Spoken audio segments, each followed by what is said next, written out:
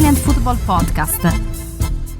Hello everybody and welcome to the Italian Football Podcast. I'm Carlo Garganese here as always with Nima and the Serie A transfer market is now officially open as of Saturday and it's starting to get really busy. Milan have officially sold Sandro Tonali just as we are recording this and they've already signed as a replacement Ruben Loftus-Cheek from Chelsea. Also, they are working on a number of other deals. They're very busy.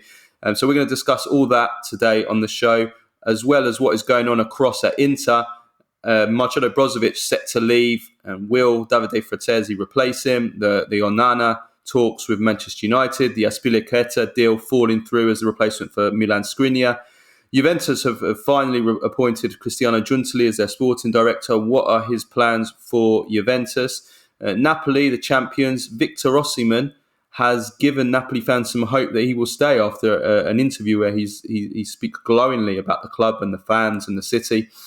Roma are getting closer to Gianluca Scamacca and are they building a team that could even be a Scudetto challenger next season?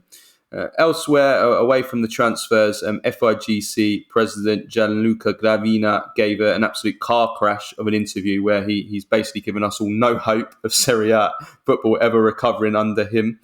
And also Italy under-21s, also partly to blame for Gravina, completely flopped at the Euros, and we're going to discuss that. So lots to talk about on the show. For all our first-time listeners, this is our free weekly episode, which we do every Monday, reviewing the weekend Serie A action and all the biggest talking points in Italian football. If you want to support the Italian Football Podcast and receive all our content that we do throughout the week, including our weekly Q&A episode every Tuesday where we answer all the questions sent in from our patrons, plus the weekly Thursday midweek review show, plus interviews, post-match reaction, and much more, then go to patreon.com/TIFP and become a subscriber for just $2.99 a month, plus VAT. And for all of you listening on Spotify, iTunes, Apple Podcasts, etc., we'd really appreciate giving us a 5-star rating, give us a follow, give us a subscription. We're on YouTube as well. All of that really helps us to grow. Okay, let's get into it. Just before we start, Nima, I have to ask, how are you feeling? Because you haven't been too good recently, have you? No. Sorry. That's something I wanted to... Yeah, all the listeners... we didn't do a Q&A pod last week because I was incredibly ill. I had the worst flu I've had in adulthood. Bedridden for a week. So yeah, sorry about that. We were going to do the Q&A pod as always. So all the questions that you sent in last week will be carried on to this week together with the ones you sent in. So tomorrow, Tuesday, for the patrons only, we'll have a mastodont, a ginormous Q&A pod covering 2 weeks. So yeah, no, thank you for everyone who... A mastodont? Yeah, like a ginormous, like... right, okay. Yeah. In Swedish, and mastodont, like a ginormous. Huge XXL episode of a whopper, if you will, right? Of a Q&A episode. I think it's going to be like 25-30 questions. But yeah, we'll go through them. We'll do that then, and of course on Wednesday it's we're doing a Napoli deep dive, Mercato deep dive with our good friend Vincenzo Credendino from Calcio Napoli TV, and yeah. So sorry about all that. But yeah, no, I'm back now. So yeah thanks for all the messages. Don't expect me to carry the show today because I'm aching. My whole body is hurting today. I did a festival yesterday, and I'm hurting.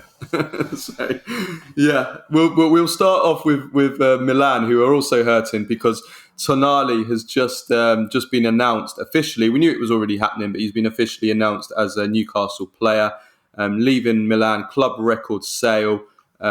Record signing in terms of a transfer fee for an Italian player in history, 70 million euros plus add-ons. Now, we've spoken a lot about Tonali already on previous shows. We did a big deep dive special podcast on him, which you can find, all our patrons can find from not last week, the week before. But now that the transfer has actually gone through and Tonali gave a really beautiful he wrote a beautiful letter to the Milan fans explaining his decision, and you could see pretty clearly that this wasn't a decision that he wanted. You know, he wanted to stay at Milan for his career, as he said many a time. So it's one of these transfers that, it's really hurt the Milan fans because he was a bandiera, he was a Milanista.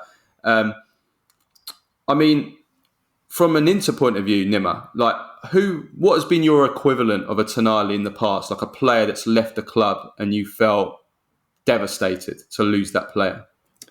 I think the biggest disappointment, because of the way, like regardless of any other similarities between here, would be the Ronaldo's backstabbing of Inter in 2002 after the World Cup, after he'd been nurtured back to health by Inter for better part of 2.5, 3 years with his knee injury. And the way that he just, he became the best player in the world. He scored 8 goals in the World Cup. And after, not offering anything when Inter lost the Scudetto on 5th of May, and then just basically did a 180 and said, I'm out of here, and fought his way out of the club. That was very heartbreaking and devastating. But for me, so I think that's the one that I will probably never forget as an Interista, or forgive for that matter. But that was also, but that's not really comparable to the situation, is it? Because this is more of a financial situation. I think another one is obviously the nonsense that, Carini Cannavaro thing, which was a certain Moggi in the doldrums behind the curtains pulling the strings. That was incredibly annoying. But no, I mean, I can't really. I can't really remember one that is similar to this situation. It'll probably be this summer, because when they sell André Onana, because I'm very against that, and I think but I understand why they have to do it, because it's the financial reality. They have to sell in order to buy. And since there are no other buyers for their other players, I mean, they can't even get 25 million for Marcelo Brozovic. No one wants to buy him except for the Saudis. And they're using that situation to lowball. So, I think there's been quite a few. From a Milan point of view, there's been quite a few in the recent past. There's been Kaká the first time when it didn't go through. I remember, and I still wonder whether Berlusconi played that all out. It was just a Berlusconi soap opera where he was going to Manchester City, and then I remember that it was all done, and then Berlusconi, kind of the knight in shining armour, saved and stopped the deal from going through at the last minute, and there was all the Milan fans outside Kaká's balcony stopping him, pleading. That. Do you remember that? And that was really an incredible story back 2008. I think that was. I think 2009. And I think it was 2009. And then 6 months later, they sold him to Real Madrid for like 33%, a third cheaper than they would have got. So maybe it wasn't a good deal in the end. But also, Thiago Silva, Zlatan Ibrahimovic, those deals, I think definitely from Milan point of view. From a Juventus point of view, for me, I mean, Roberto Baggio was my like idol growing up as a kid, and when he left in 1995, I was really sad that he left Juventus, and especially as he went to Milan. But there was also the recognition that Juventus were league champions that year, and also they had Del Piero coming through. They had Ravanelli, they had Vialli. So I mean, they had so much other quality. It wasn't like going from Tonali to Ruben Loftus-Cheek. With all respect, it was, you were replacing them with another top class player. So yeah, that one, Christian Vieri in '97. I've never understood that. I still don't understand that sale from Juventus. They got Inzaghi as a replacement. I mean, not a bad replacement, fantastic. But I just think Vieri, just kind of like, he was just an absolute monster. I've never understood why Moggi sold Vieri. And then more recently, João Cancelo. I mean, apart from Baggio, none of these are really comparable on a kind of human level as Tonali is, but in just terms of stupid deals that anger you as a fan, the João Cancelo swap deal was just utter madness from Paratici, and that was the tipping point for me with Paratici when he decided to swap Cancelo for Danilo, about just how incompetent Paratici was. So that, and then this summer, definitely if Chiesa's sold, again, I'll be absolutely furious, because it's Chiesa. He's a fantastic talent. and they've basically chosen Max Allegri over Federico Chiesa, which is just insane. So, yeah, probably those ones are the ones. I can definitely recommend, because one of the good things about being sick is you get to you're bored and you get to listen to many things. And I was listening to your interview with Romeo Agresti. That was really good. I can really recommend everyone who wants to know what's going on with Juve to listen to that. It's a great interview. Yeah, we'll come on to Juventus and Giuntoli, and we'll talk about that. But yeah, absolutely. But as I said, when Inter and Juventus lost these players, Ronaldo and Baggio, Vieri, they replaced them with top players because this was during the golden age. Now Milan's replacement for Tonali is Ruben Loftus-Cheek. They are still doing other business. They're trying to sign Yunus. They're doing a bit of an American revolution, trying to bring in Yunus Musah from Valencia. He's actually a good player, Yunus Musah. I like him. Musah, Tijani Reinders, who I have to say I don't know too much about. Pulisic, they're exploring that. Other positions as well. Chukwueze from Villarreal. But I mean, just in terms of just the central midfield, we're looking at Tonali, we're looking at Musah for sure. I mean, what do you think of this? Going from Tonali to Loftus-Cheek. Look, I got Musah to me, a big downgrade. This tells me a few things. Milan are changing how they play. They are the midfield is with Brahim Diaz out, Tonali out. They're changing. They're doing a complete restyling of their midfield, and it's kind of similar to what I think Inter are doing as well, getting rid of Brozovic. And wanting to bring in Frattesi. They're both looking to make the midfields much more dynamic and much more direct. Now, whether or not that is where that physical.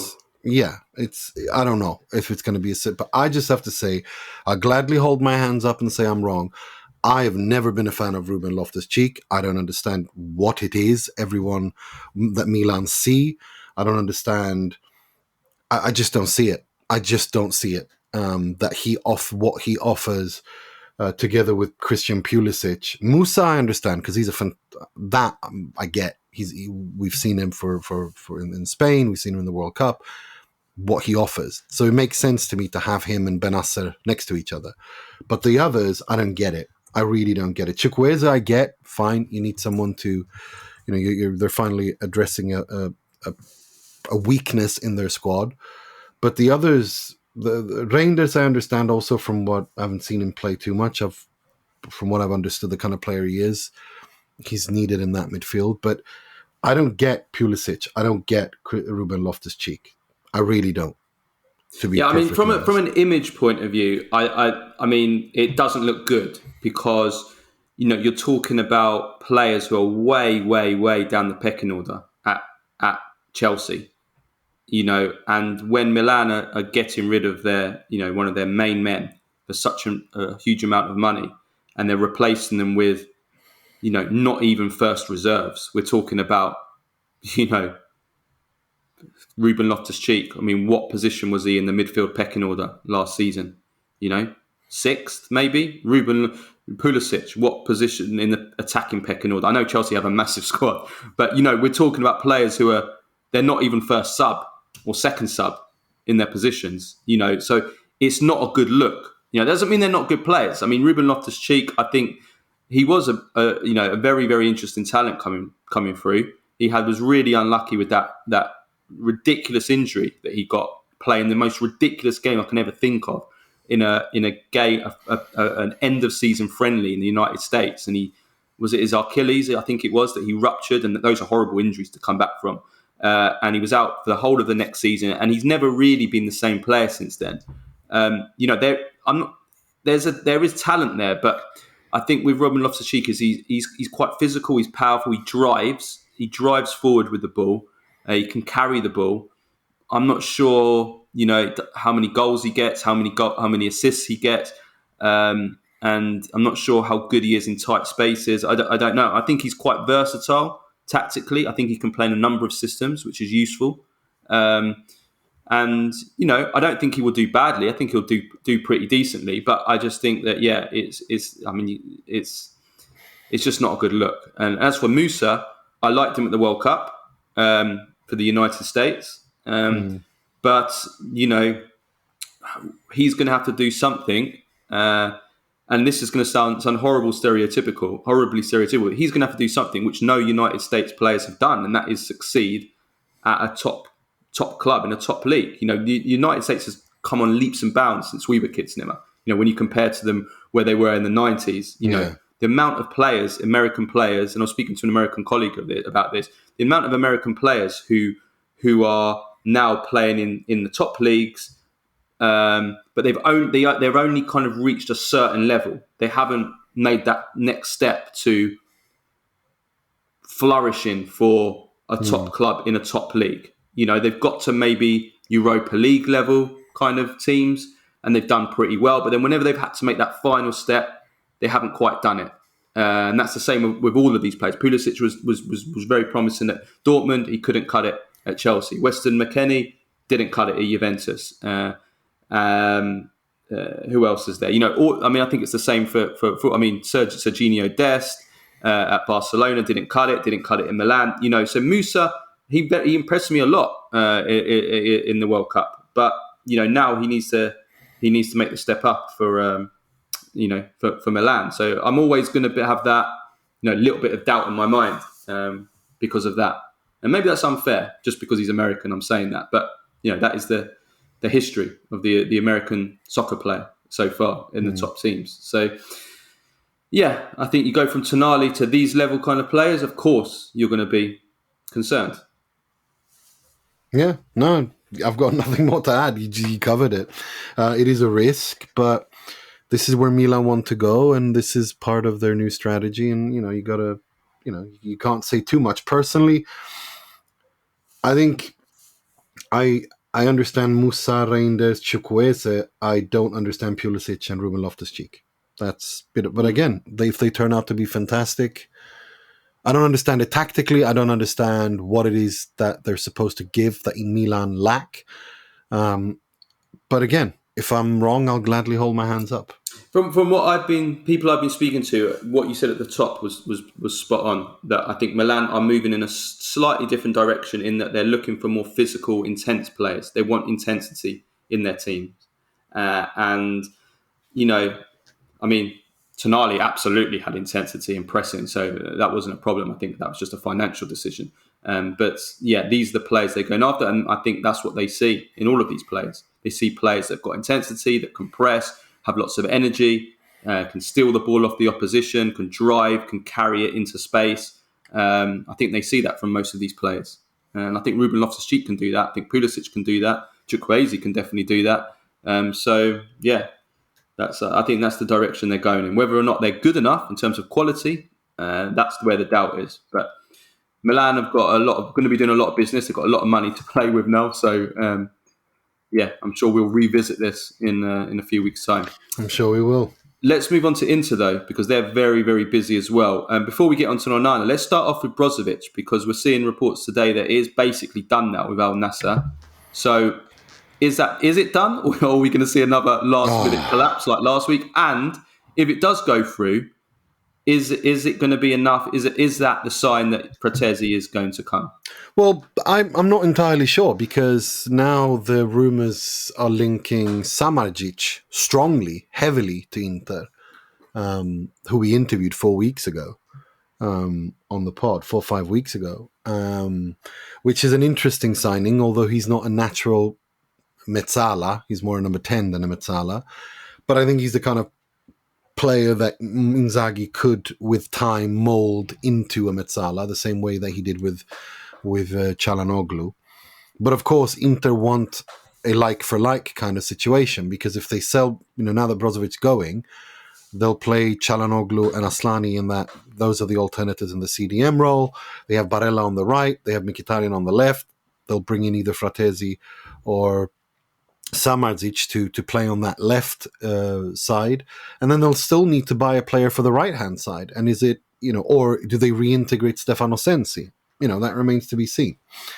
But that's where we are with this. I think now it's finally over. One thing that I do find a bit interesting is that it seems that Inter seem very fed up with Brozovic. They really want him out. They really want him out. They feel that relationship has come to an end. I can't remember Inter so, not going to say ever because that would be too ridiculously hyperbolic.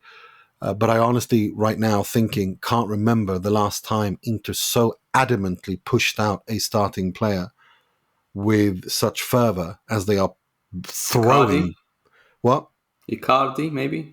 Yeah, Icardi. But that was exactly, Icardi is the last one that I can remember that they really threw out of the club in the same way as they are doing here. They are really showing him the door. They want him out. I don't think it's just financial. I think there's other things involved as well, because there is a financial aspect. You have to remember his contract expires June 2026. He earns 11.5 million gross per year. That's about 34.5 million euros a year, which they don't want to pay.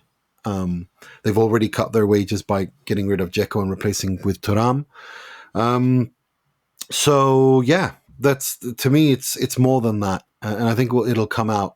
Things will come out as gradually. I think Marotta will talk at the end of the mercato when everything is said and done. He'll speak about Skriniar. He'll speak about Brozovic. He'll speak about all of these things because they have to. They've said that they're going to talk about it. Now they have to talk about it because there's so many questions. There's been so many weird things going on that they deserve an answer. Even if they don't want to go into detail, something has to be said to put this to bed. With Skriniar, what happened? And also with Brozovic, because it's quite clear that those are two players that the relationship has soured. Now, who's to blame and what, and nobody knows really, other than the information that's out there from Skriniar's agent and Skriniar himself to the Curva Nord. But Inter have to also give their side of this situation, and then people have to decide what actually, who they believe and what happened. But it is it's rather curious that the relationship has soured like it has with two players, the way it has, because there's no doubt about that the situation is soured, because Brozovic is pissed. He's reacting the way that Brozovic reacts, by being facetious, by being silly on social media, posting emojis of circuses and stuff like that. So he's not happy. Skriniar's definitely not happy. Inter aren't happy with either of them. So that's just how it is. But what I do think we should be talking about more, where a player that they are happy with and who is happy with Inter but seems to go, is Onana. That is an issue that I think we should focus on, because I think the Brozovic after 8 years is kind of, well, that's it, really. But the Onana situation is very interesting, because Inter, based on what Pedula and these guys are saying, is that they want 50 million euros in fixed payments, and they want another 10 in easily attainable add-ons, bring 60 million euros, the overall value. Now, some would argue that's too low.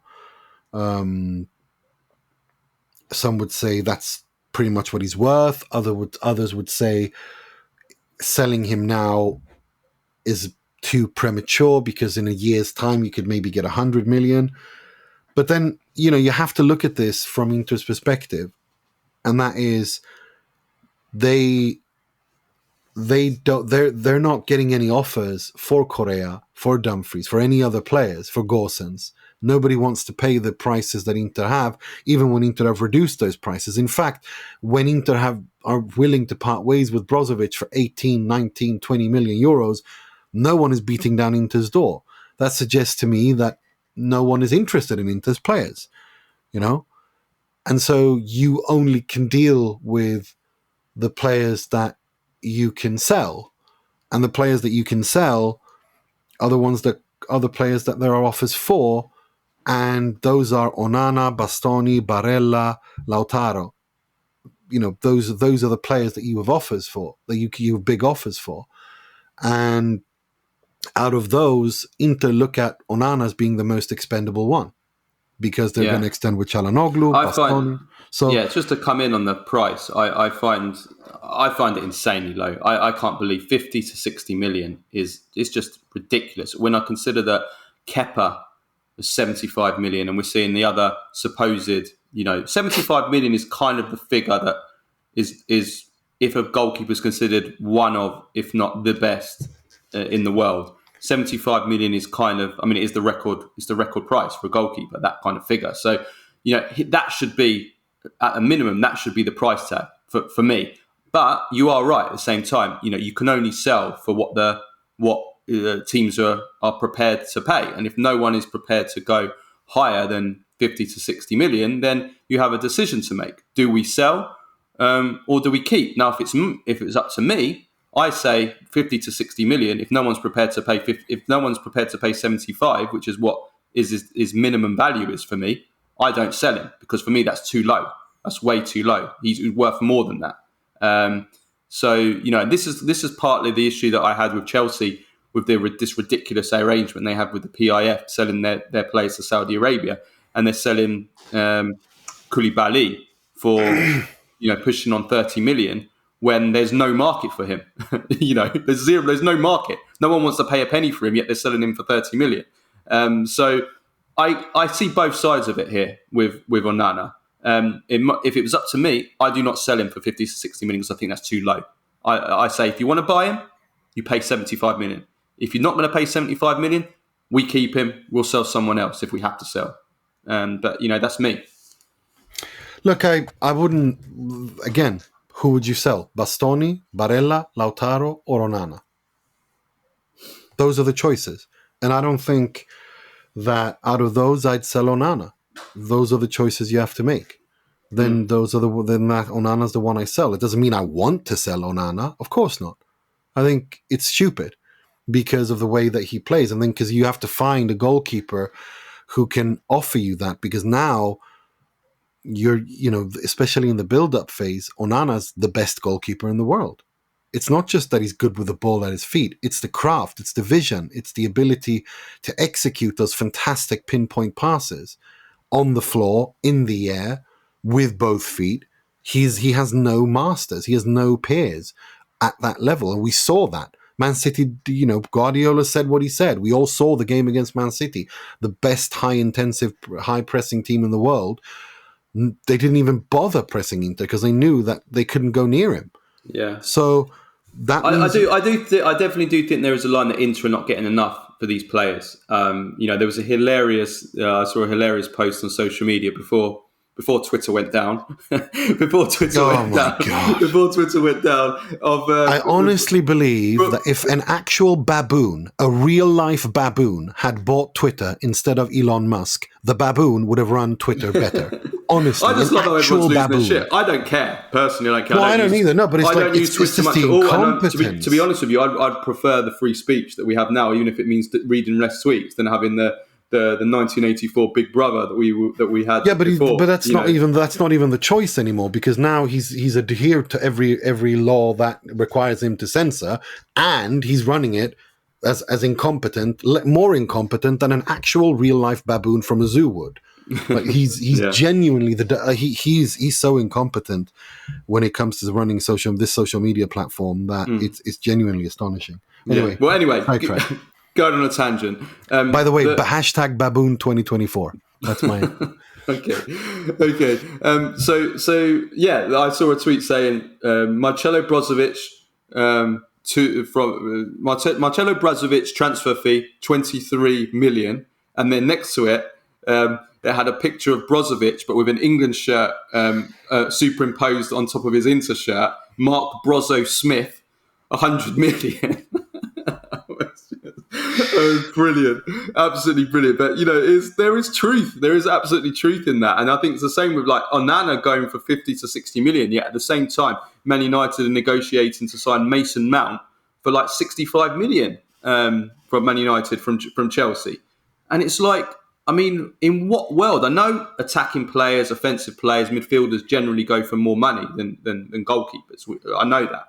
Attacking players that score goals, create goals. That's just how football is, and that they go for more than defenders and goalkeepers. But Mason Mount, for more than Onana, and it's the same team. So you can't tell me Man United don't have the money. I know there's a there's an ownership change and that's a takeover that's a total mess as things are, and that's holding things up.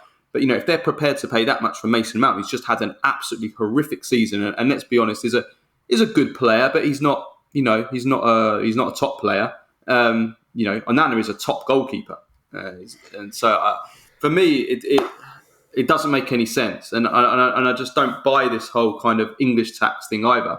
You sell players, you sell them for what they're worth. It's simple as that. Well, there are factors as well. People know that Inter are in a position that they are, and so they're going to leverage that. And there is an English tax thing because of the homegrown rule, which is a really smart thing that the EPL did. Is essentially guarantee that EPL money stays in the country. That's essentially what it is, what they've done. So, we can't really say too much about that. It's the reality. We can have feelings about it. I don't think people look at the transfer market, and I understand that they do that because logic dictates if one player is worth this much, then a player of a higher quality should be worth as much. But it doesn't. That's not how the market works. It's completely deregulated, meaning you have to look at every single deal in its own isolation, because that's just how that's how it works in a completely deregulated market.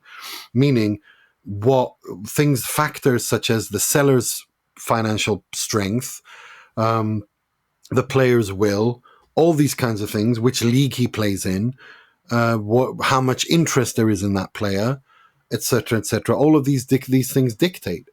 I don't buy it. If Chelsea can pay 75 million for Kepa, which is from Athletic Bilbao, and if Premier League clubs are breaking every single transfer record as they have in the last summer and in January, and they're just spending absolutely obscene amounts of money in this day and age, they can pay more than 50 to 60 million for Onana. Yeah, of course they can, but again, if you look at the actual thing, I mean, it's all of. Well, you can get it out of them. You can. That's the thing. I don't think you can with Man United, because Man United are in the situation they are. Let's remember that they have financial fair play problems that they need to adhere to, and so far they can't net spend more than a certain sum, and there's no other clubs wanting to buy Onana. Chelsea were interested for a while, then they pulled out. Barcelona don't have the money. United are the only ones standing and only ones left, and there's no one else who wants to buy him. Like, again, this isn't The Godfather where Vito Corleone and Luca Brasi go to a guy and said either your brains or your signature on the contract. Mm-hmm. You need someone to buy the players in question. I mean, come on. And I think that goes on a lot more than you think, actually. Well, not from the Italian fair enough. Teams, not from the Italian teams. No, but you know what I mean? Like, it's like you can't do that. Like, this is the market as it looks, and Italian teams are in a weak position. But I honestly think that selling Onana, although I think it would change how Inter play, and it would force Inzaghi to change again for the third year, rebuild everything from scratch. I do think that it does give Inter some stability, because if they go after Frattesi and they get him, or if they even get Samardzic, they'll get a young player with a high resale value, low wages, at a 5-year contract, and they'll do the same with a goalkeeper, because the goalkeeper they're looking to bring in is someone like Trubin and someone more expertly. At this point, we're talking of even extending Samir Handanovic's contract as a backup goalkeeper for 1 year. Bring in a third choice goalkeeper as well, and let someone younger like Trubin or Carnesecchi or whoever it is to grow into that role. That's essentially what Milan are doing as well. That's what all Italian clubs are doing.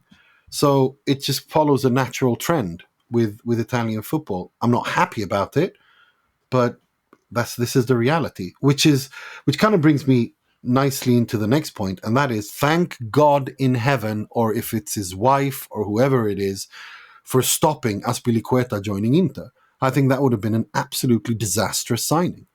And I'm glad it fell through. I'm incredibly happy it fell through, because enough with these stopgaps, enough with these putting Snoopy Band-Aids on gunshot wound solutions, because that's exactly what Nacho and Azpilicueta would have been. Now Inter have to actually do something and look to replace with someone younger and more long term. And that's a good thing because you have Acerbi, you have Darmian, you have Bastoni. Great. Now you're going to extend with De Vrij. You need to buy. Bisek has come in, this young kid who, before we started recording, Aarhus went on their homepage and confirmed that Inter have activated the clause at 7 million euros. So he's coming in. So they're looking to bring in a more experienced starter, like someone like Demiral, who is not 33, 34 years old and at the twilight of his career.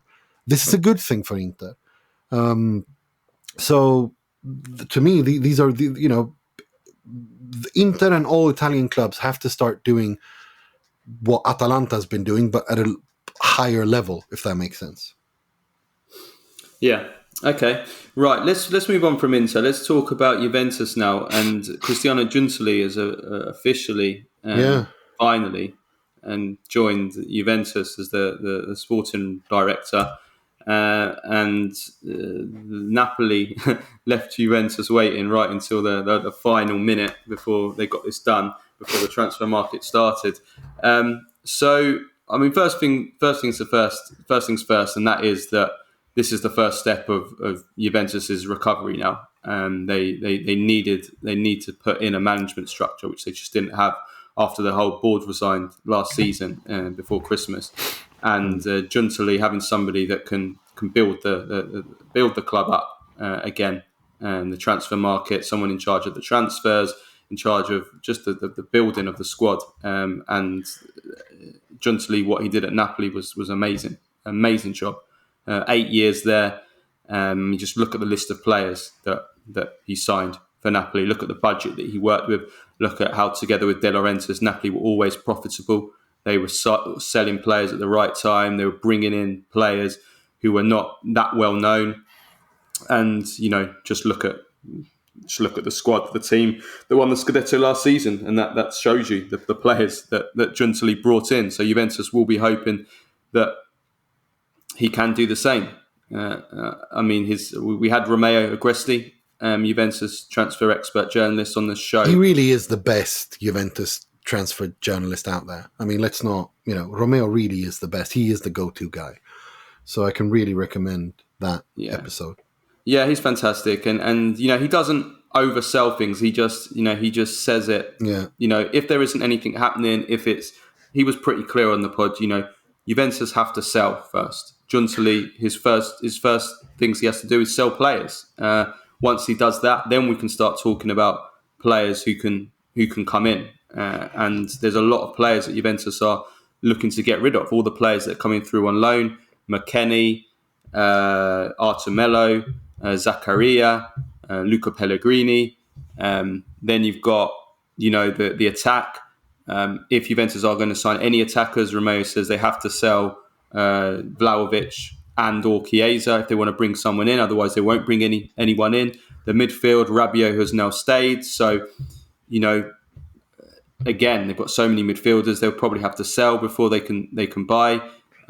Even left back, Romeo confirmed that Juventus Giuntoli want Fabiano Parisi, who I think is a fantastic player. But Juventus have already got 4 players in this position, because Romeo said that Juventus are going to play a 3-5-2 next season, something I'm not a fan of. And in that position, they've already got Kostic, Iling Jr., Cambiasso, and even De Sciglio once he's back from injury. So again, he's very clear. Juventus have to sell before they can buy Parisi. So anybody that's kind of expecting Giuntoli to come in and immediately buy this player and that player, and remember, Juventus have to make 140 million profit on transfers as well at the end of this is something that Romeo also confirmed.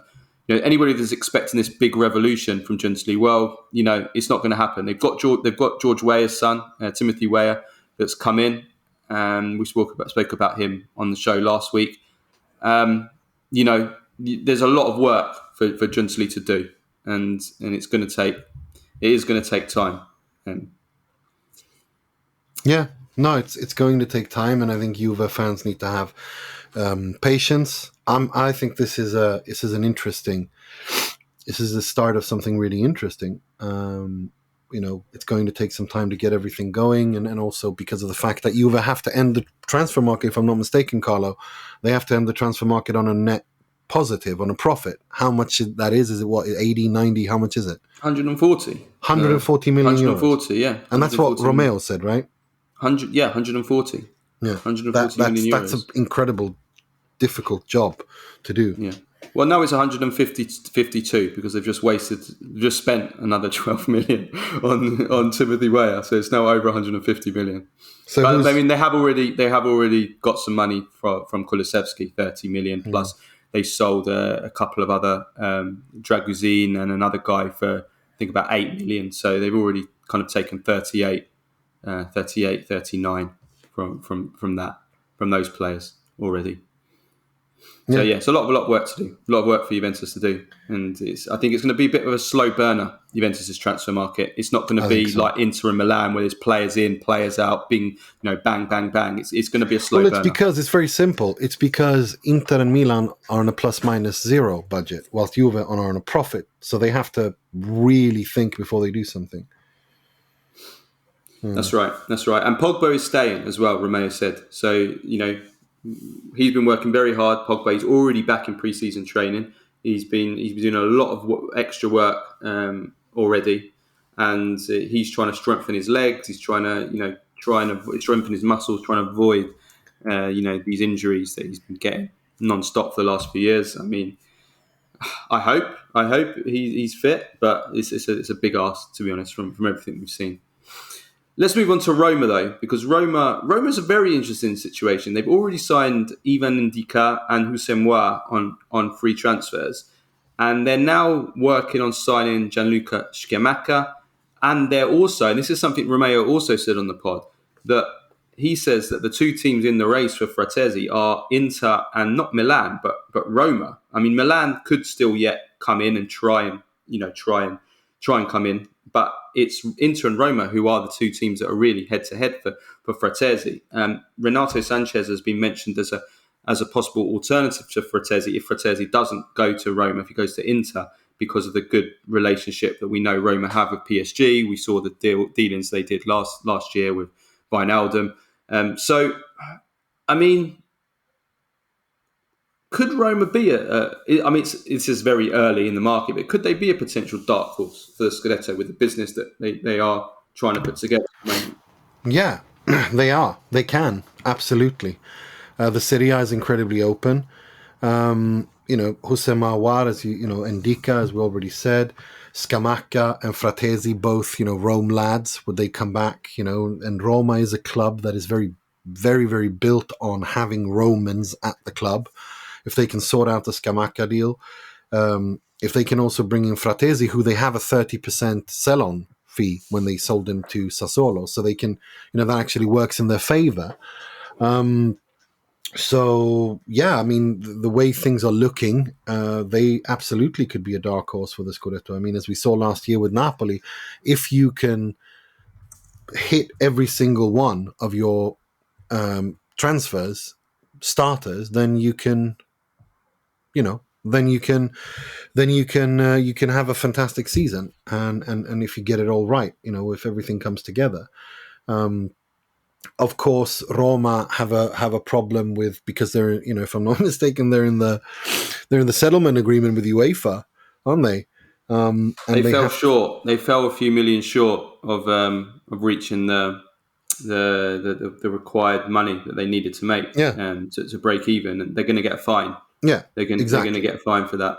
Yeah, so that's not good. By the way, just on that point, I found it interesting that Carnevale admitted publicly on live TV that they sold players to Roma to help them with their FFP as a favour. No, they bought players from Roma to help. Sorry, bought players from Roma to help them with their FFP. So I found that quite interesting, and I want to see how what is done about that.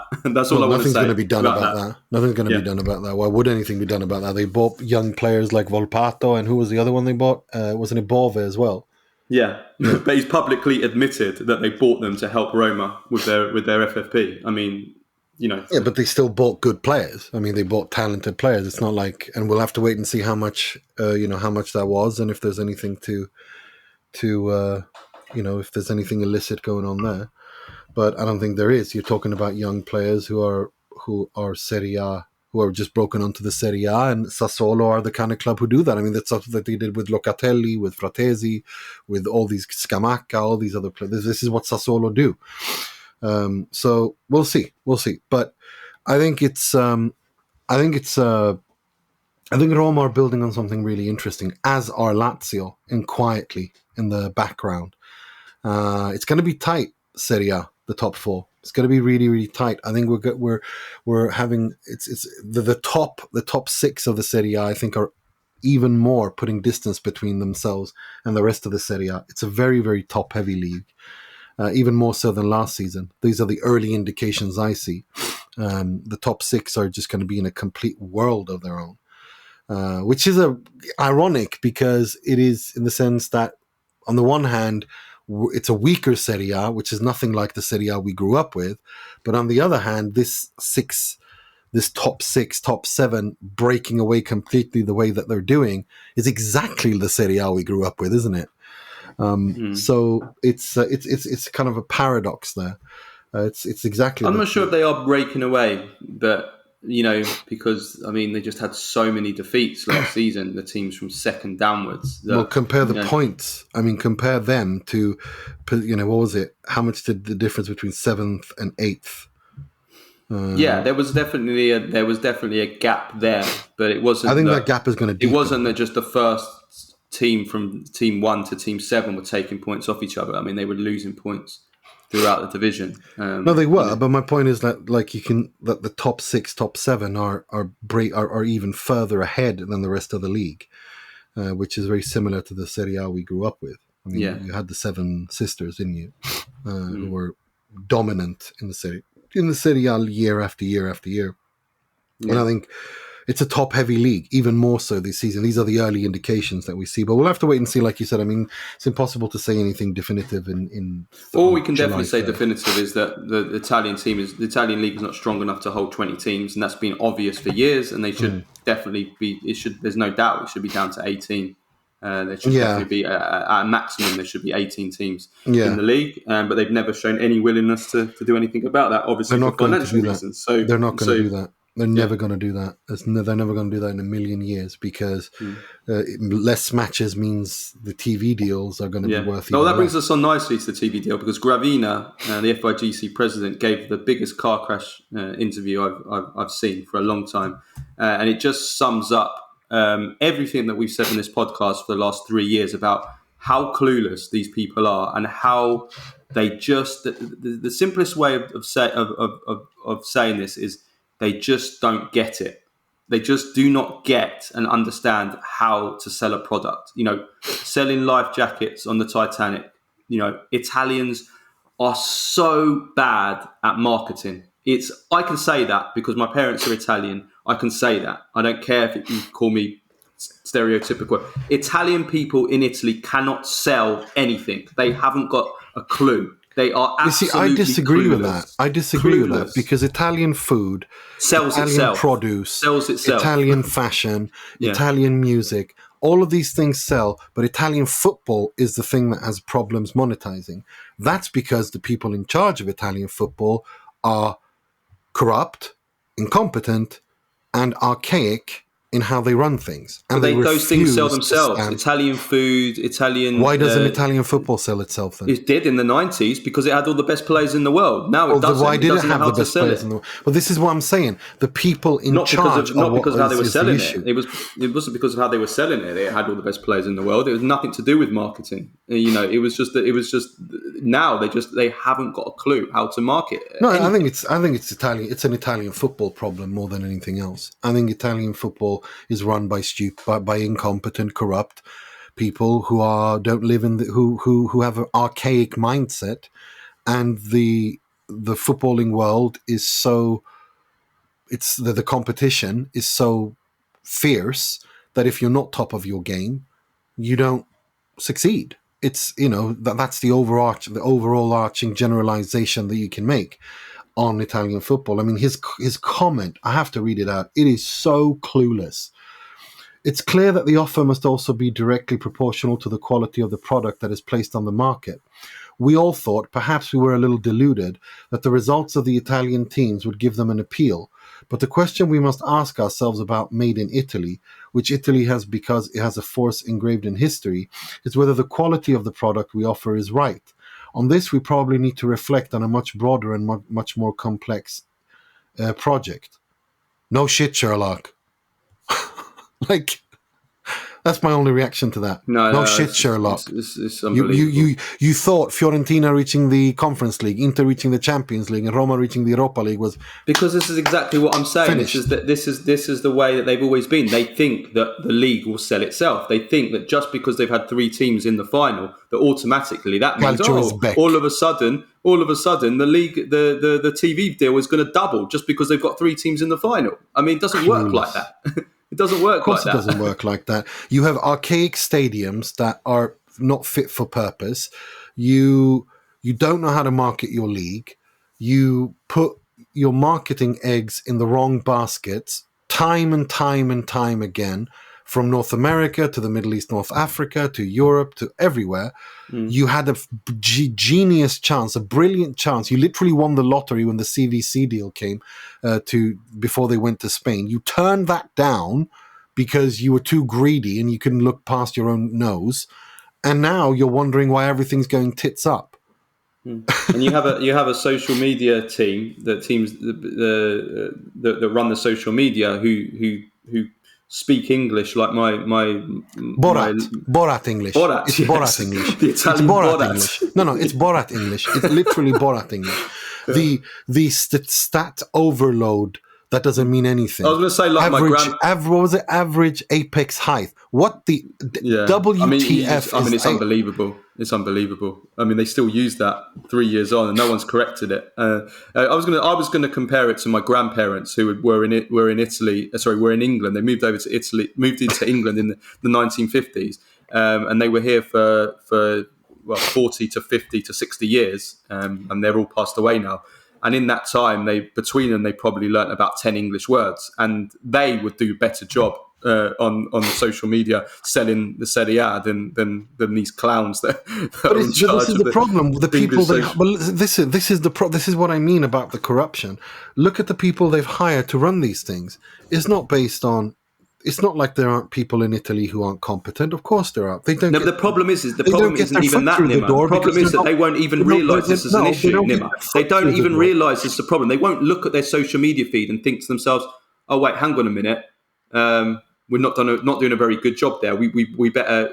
They think they're doing a good job." I've spoken this is to exactly people. what I mean. The reason for that is because the wrong people are hired, because they're hired on basis of whose uncle or son or daughter or niece and nephew they are, or who they know, as opposed to what they know and what they can do. That's true. That's true. But at the same time, they cannot recognise, because they don't understand marketing. They cannot recognise what is a good marketing campaign.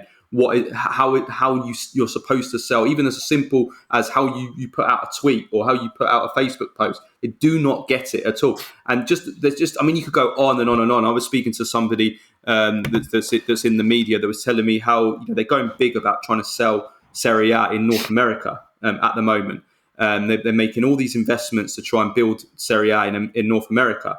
And then what did the Serie A then decide to do? They decide they make an announcement that Juventus are going to be playing many more games next season at 12:30 in the midday game, the 12:30 game, 11:30 6:30 a.m. in the US. So what time? So that's like 5:30. 11:30 a.m. 6:30 a.m. East Coast. And so what time will that be in the other side of the country? It's like middle of the 3:30 Juventus are by far the most popular Serie A team. You want to break North America, right? You spend all this supposed investment. You're boasting, and these people, these execs, I've been told, are boasting about what an amazing job they're doing at growing the league out in North America and growing the league around the world, which is a load of nonsense, by the way. And then they go and make the decision to put the games at a time when the people in North America are literally just 2 hours into their sleep from a night out. So it's like, it's just, you just have to laugh. You just have to laugh. This is what I mean. It's like they're clueless, completely clueless. And I mean, this is simple stuff as well. I mean, this is stuff like, honestly, no joke, I think this is something like the 12-year-old me would get, And I'm thinking, they're not getting it, and these guys are supposed to be the experts. They don't have a clue. And and that's the reason for this TV deal, this domestic TV deal. Which, if you listen to our show last week, we discussed about this and what a disaster this is about the gap in TV revenue being absolutely astronomical in terms of overseas TV deals, which we've known about for a long time between the Serie A and the Premier League. And the other leagues, actually, the other top 5 leagues. Now we're seeing that the domestic TV deals in Serie A are a complete disaster as well. And they'd been okay. They'd been comparable to all of the leagues, and actually not that far, but still quite far behind. I think it was 900 million to get it right this time. Yeah, 900 million. 900 million was the last one, and that was compared to, I think, about 1.8, 1.9 billion in the Premier League, and now in the first bid, I think it got to about 500 million. So it's a disaster. It's a total disaster. But then also the fact that they gave it to DAZN, who have run an app that doesn't work. I mean, it's ridiculous. And internet connectivity in that country is an issue. And these are government problems. No, it is what it is. It's unfortunately, the football is beautiful, but the people who run it are grossly incompetent and care only about their paydays, and that's why nothing will change and until everything goes to hell, because that's how it works in Italy. Things have to go so badly pear-shaped before any change. Do you know what I think, Nima?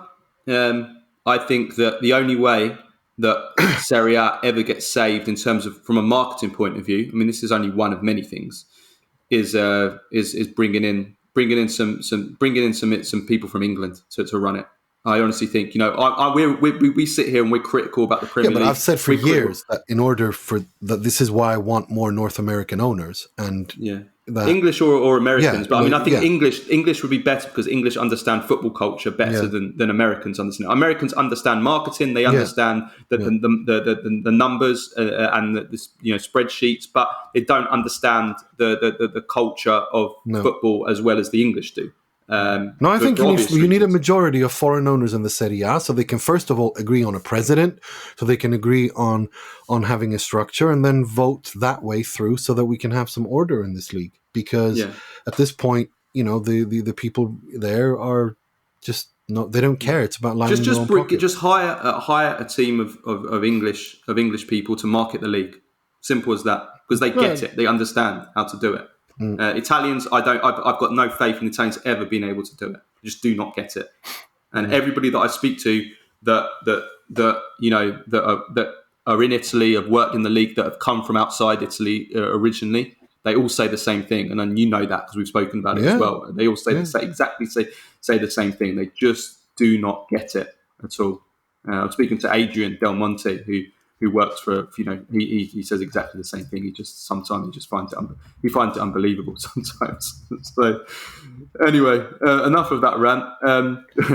Let's move on to another rant. So Italy under 21 Euros, and this was a disaster of a tournament for Italy, who picked a very, very strong squad for these Euros. They picked Tonali, Scalvini, Gnonto, all Italy senior internationals, but also, a very, very strong group of players in the defence, the midfield, and the goalkeeper. When we previewed the tournament before, I said two things. I said there's two things that I'm concerned about for Italy. One, their lack of quality in attack, goals in particular, firepower, and two, the coach, and both in the end, both played out, both cost Italy in this tournament, and they've gone out in the group stage with one win and two defeats. And while they were absolutely robbed in the first game against France and should have got a draw at least because they were robbed by just absolute scandalous refereeing, as bad as I've ever seen, and that would have actually taken them through. Still, if you actually take a step back and look at the overall performances and the fact that they lost to Norway in the last game, then you have to say that, this was, I'm not going to say deserved, but this was just an abysmal tournament and an embarrassment from Italy. I'm going to, for me, I am tired of Italy not appointing competent coaches. In my opinion, the Italy under-21 21 team has not had a competent under-21 coach since Cesare Maldini in 1996. I'll read you the names. From 76 to 86, Azeglio Vicini. 86 to 96, Cesare Maldini. Then, Rossano Giampaglia, Marco Tardelli, Claudio Gentile, Pierluigi Casiraghi, Ciro Ferrara, Davis Mangia, Gigi Di Biagio, and Paolo Nicolato. When you list, this is the most depressing list of names, coaching staff I've ever read. None of them are good enough to coach Serie C teams, let alone the Italy under-21. Why do the Italian, again, when we're talking about the very previous topic, giving it to your friends and not to the right person? Yeah. None of these coaches are good enough to coach the Italy under-21 teams. And it continues to cost the Italy under-21 team. What meaningful career has Claudio Gentile, Casiraghi, Ferrara, Mangia, Di Biagio, and Nicolato have? Or Tardelli, for that matter. Just in defence of Tardelli and Gentile, they both won the Euros with Italy under-21. So, from an under-21 point of view, you can't be critical of their management of these teams. Tardelli, fine, but they're still not. But they're still not good enough. What meaningful careers have they had? You can question their suitability and qualifications for the role, absolutely, as a coach. But just in terms of how they did, they won the tournament. That's fine. Fine, fair enough. But since then, who are these names? No, I'm with you there. Casiraghi, Ferrara, Mangia, Di Biagio. Why? And Italy have had golden generations in these under-21s. Di Biagio had a team of Barella, Chiesa, etc., and Di Biagio, yeah. Can we please have someone who knows what they're doing? There's so many competent Italian coaches out there that would kill for the Italy under-21 job. Can we please give it to them? No, absolutely. Nicolato. Fabio Grosso, for example, has just had fantastic success with Frosinone. Why not? If he's interested, why not give it to him? I need to find out how much the pay is for this role. My thinking is maybe the pay is so low that no managers want this role. It's got to be because you think it's actually a good stepping stone to a bigger club. You do well for the under-21s. You get the glory. You win. Even if you get to tournament football is always a good a good place for a coach to show himself because everybody's watching. But Nicolato was a disaster. For one, I never wanted the 3-5-2. I just don't like the 3-5-2 unless there's a really, really good coach that can make it work, like Inzaghi has, for example. At Inter, it was just the way that it was used. It was there was just there was no structure. There was no cohesion. It was all staccato. The gaps between the defence and the midfield and the attack, especially in that Switzerland game in the second half, it was absolutely horrible. It was awful. You could see on TV, and you're just thinking, what is Nicolato doing? Why is he not telling them get your defence, the midfield, and attack closer together, tighten it up? And there were such big gaps there, and there was no, it just wasn't a team. It wasn't a team at all, the performance in the second half, they were tired in the second half of the last two games. That was again down to the manager. The substitutions were terrible. He took off Gnonto at 0-0 in that game against Norway. What on earth? Your only forward that's doing anything, showing anything in this tournament, you take him off. It was terrible from Nicolato. But the other thing to say is, Italy has a real problem with attackers, and we've seen it with the senior team for a long time now, especially the number 9 position. But I would say the whole attack, Italy just are not producing anywhere close to enough attackers. at all. And we saw it again in the under 21s. I mean, Gnonto had a few flashes, but apart from him, I mean, Cambiaghi, who's actually finished the season quite well. He was terrible. Pellegrini, awful, horrific. Colombo, not good. I mean, he's been bad all calendar year. And he's a player that I like. We've spoken about him, but he's had a terrible calendar year. I think he's even scored this year. I mean, these are the players that we're picking for under 21s. You know, Colombo, no goals in 2023. Pellegrini, I think 1 or 2 goals in 2023. You know, are these the players? Is this who we're relying on? You know, this shows the crisis that Italy has in its forward production, that these are the players that we're having to choose for under 21s. I mean, you go back to the days of, well, Gentile and Tardelli and Maldini as managers. I mean, the options that Italy had in attack, we know the 1990s, there was just such an abundance of attackers in the senior team and in the youth team. And this is a problem across the board. Even with the under 20s, we saw, you know, there was a certain bluntness and then Italy lost in the final, you know. So, yeah, I don't know what is the cause of this. I don't know. I don't know if there's something. I would love to find out. I'd love to speak to a youth coach in Italy, to try and explain what they think is being done wrong. There has to be something that's going wrong, grassroots, that Italy are not producing attackers anymore.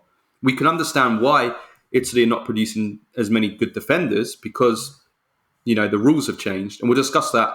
We were going to discuss that today, but we'll hold that for next time, about the offside rule changing. But, you know, we know why Italy are not producing so many defenders, because it is really hard to defend nowadays. All the rules are against you. But in attackers, they should be producing more attackers, really, because everything benefits forwards now. Why can't Italy produce any top attackers? Well, yeah, I mean, I think things go in cycles. I mean, there was a point where Italy had it was an embarrassment of riches. For 20, 30 years, it was an embarrassment of riches of goalkeepers, defenders, and attackers, and not so much midfielders. Now, still, goalkeepers are good, the defenders decent, midfielders are fantastic, but not so much attackers. I mean, I think it's one of those cyclical things. But I do think that you're right. There is an issue here. We're not producing the strikers, the natural strikers that Italy used to. They're really not. And that is a big problem. But I do think that it'll turn itself around, because it's still the position, a very popular position. It's about scoring goals. So it's always going to be a very interesting position. Popular position. But yeah, no, it is a concern, no doubt. Yeah, we have to find out what the cause of this is, and I think it's definitely a coaching issue. There's no doubt about it. Coming from youth level, it's been going on for too long for it to be a coincidence. And you know, we'll see. When was the last time Italy produced a great number 9? I mean, you know, if you discount, say, Immobile, who never did it at a top level, in terms of European or continental or at the top club level, he didn't. He did domestically, but I mean, outside. You know, no, I mean, like in the Champions League, like that's what I mean. Yeah, at the top level, aside from him, I mean, Balotelli for a very short period of time, maybe a couple of years. You know, kind of like 2009 to 2012, 2010 to 2012, and then who else? I mean, you're probably thinking Luca Toni maybe, and even he had quite a short shelf life at the very top. You're probably talking 2005 to 2008. We're going back almost 20 years to the end of Inzaghi, Del Piero, Totti. You know, when they were coming to the end of their careers, you know, and hitting 30. That's like since then. You know, it's and these guys are pushing 50 now. You know? They are. No, but they are. You're absolutely right. It's insane. Yeah. All right. Let's finish off then with Baggio and Premface of the week. Right, Baggio. I don't really have one. I've been sick for a week. My immune system is my Baggio of the week. Okay. Fair. Your immune system. I mean, listen, if I'm going to pick out from the under 21s some players that came. Let's pick some players that came away from the Euro under 21 Championship with some credit.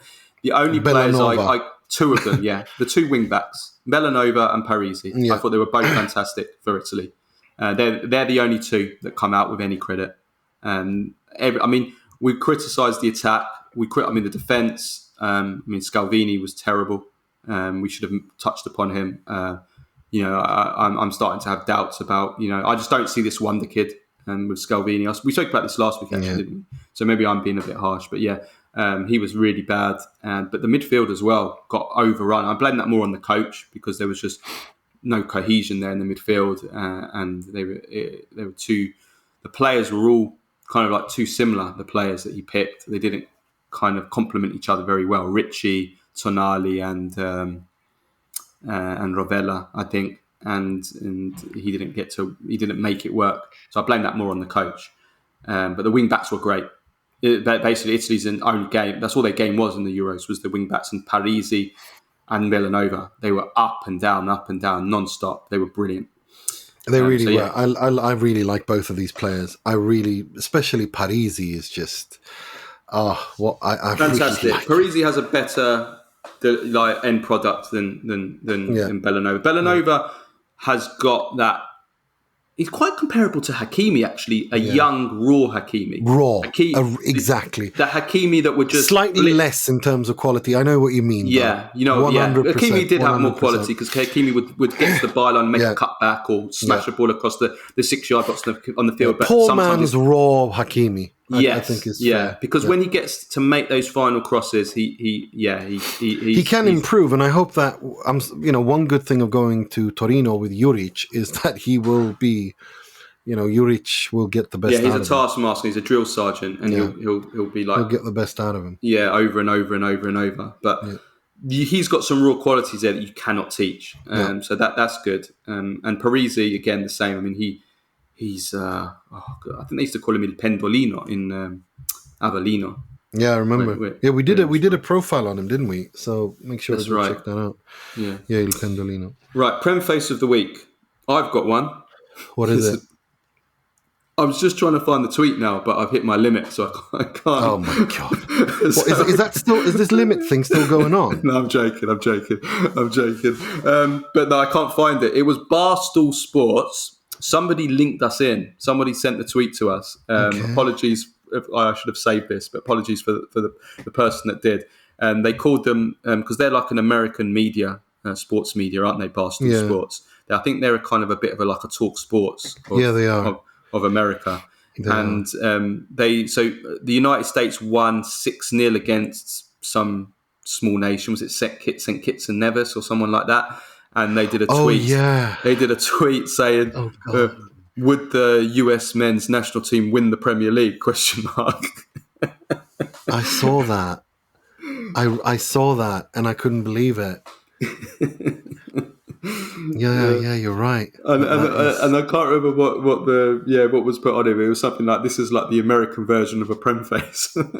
Don't know what. You're right. Yeah, now that you mentioned it, I saw that tweet and I think I died. I don't know we've got to come up with a name for an American version of a Premface, like Uncle Sam Head or something like that. I don't know. Scudetto. Jerry Cardinale speaking Italian is my guilty pleasure. Io sono Italo-Americano. I live for it when he speaks Italian. Forza Milan. No, that was, I'm thinking of the Parma owner. What's his name? Kraus. No, Kraus. Yeah, Kraus. Forza Parma. Forza. My favorite. Yeah, no, Kraus. Yeah, no. In and Out or whatever his business is called. Can't remember. Come and Go, I think. In and Out of Serie A, yeah. Or Come and Go or something. I can't remember.